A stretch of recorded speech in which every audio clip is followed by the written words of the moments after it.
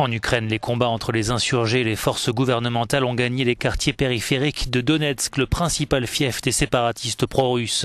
Au moins 2 civils ont été tués, dont une personne âgée mortellement atteinte par une roquette tombée dans la cour de sa maison.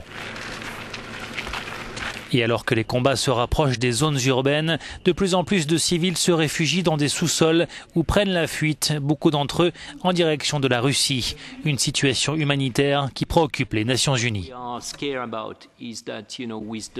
Ce qui nous inquiète, c'est la manière dont les opérations militaires sont conduites. Que va-t-il se passer s'il y a d'intenses combats dans les centres-villes de Louhansk et Donetsk ? Jusqu'ici, les combats ont lieu dans les faubourgs et non dans les centres-villes. Des combats dans des zones urbaines densément peuplées pourraient entraîner un exode massif et des destructions massives. Dans le centre-ville de Donetsk, la tension est palpable, y compris entre les habitants divisés entre les anti et les pro-Poroshenko. Cette femme se dit triste car selon elle, l'Ukraine n'a jamais eu un président aussi assoiffé de sang.